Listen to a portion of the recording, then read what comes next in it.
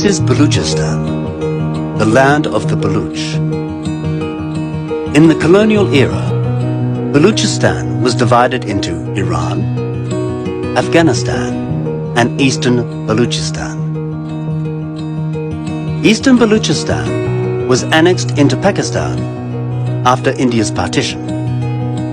The Pakistani state merged several Baloch areas into other provinces like Sindh and Punjab to further divide the Baloch and convert them into a minority in their own homeland. Balochistan covers 44% of the total landmass of Pakistan, but only 5% of the country's population.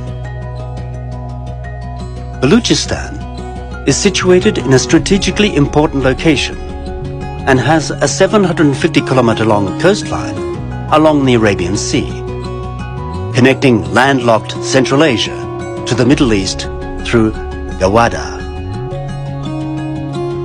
The area is rich in natural resources such as gas, gold, coal, marble, and other precious minerals.